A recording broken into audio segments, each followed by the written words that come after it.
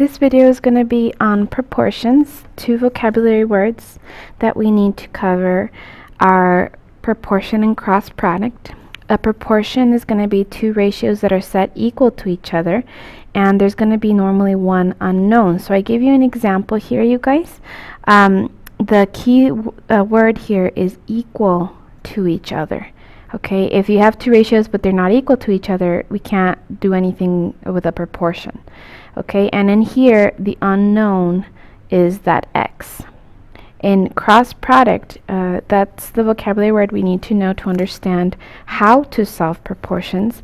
To solve proportions, we're going to be using the cross product to solve.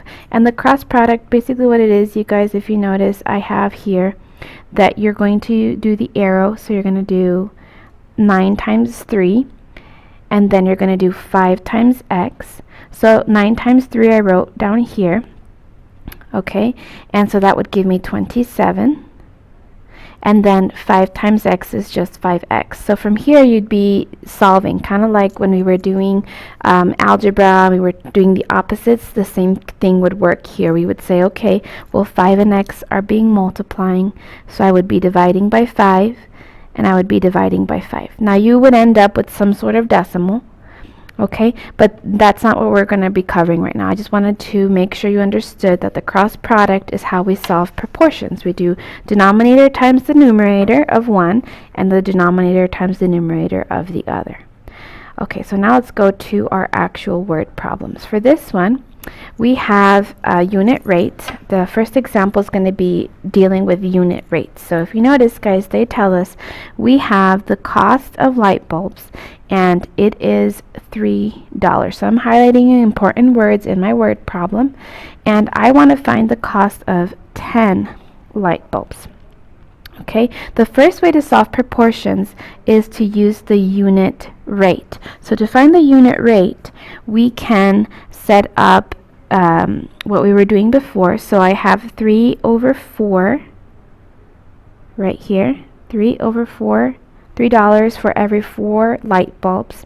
And remember, guys, here we had 3 over 4, and we want the denominator to be 1 because we want to know the price of just 1. So it's reminding us that we need to divide to find the unit price. So we're going to be dividing by what? Well, to do this, we're going to be dividing by 4, both. Okay, so let's divide to find the price. If we did this, I'm going to go ahead and do it for you. If we divide, we get price of $0.75 per each light bulb.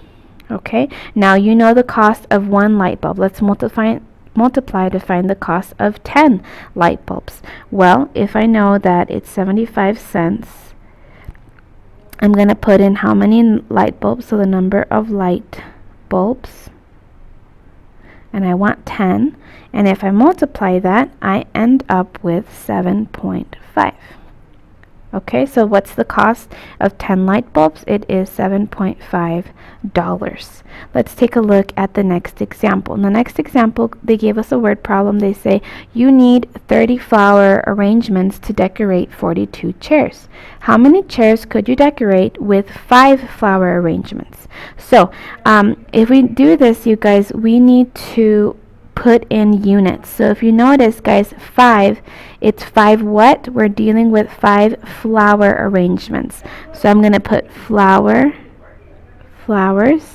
up here. The denominator would be chairs.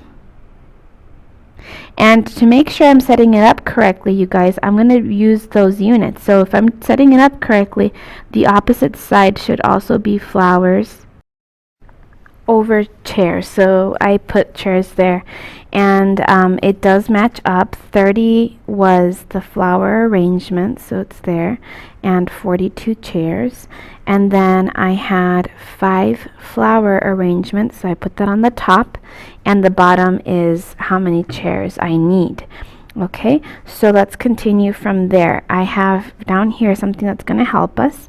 So we can use mental math for this. So this is the first way that we can solve without doing cross products. We can do mental math. So I can ask myself, to go from 5 all the way to 42, what could I multiply by?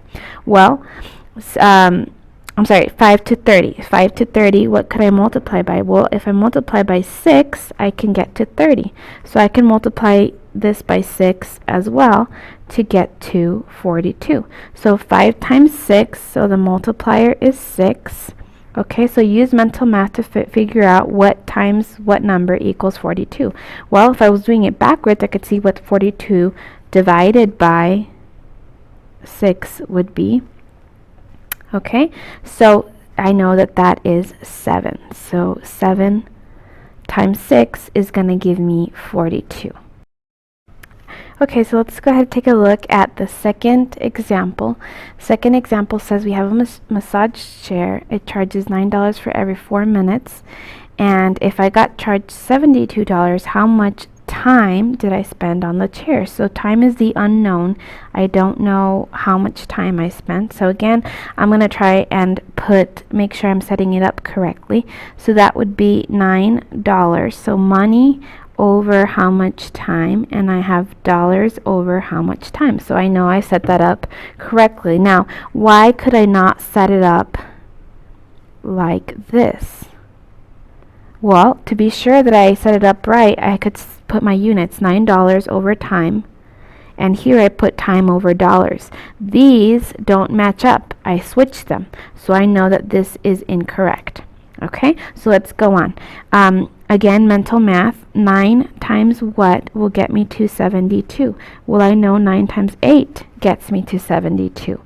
Okay, so I'm going to do the same thing. I can multiply by 8. So 4 times 8 is going to give me the time.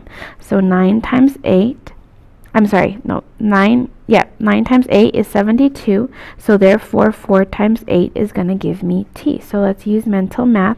8 times 4 is 32, so I know that I spent 32 minutes on that chair. Okay, and the last way to solve is using cross products. So again, first way we used was finding the unit rate and then multiplying. Second way we used was doing the mental math, what times what can I multiply to get my answer. And now we're going to use with cross products. This problem says we have a fruit salad.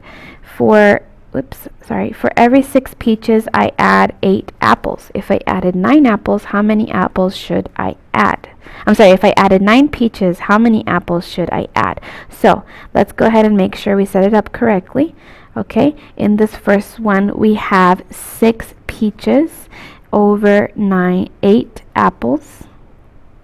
And then 9 peaches over apples. So did I set it up right? Yes, because these match. P over A and P over A. So I know that I set it up correctly. So now we're going to do the cross product. The cross product is going to be to multiply.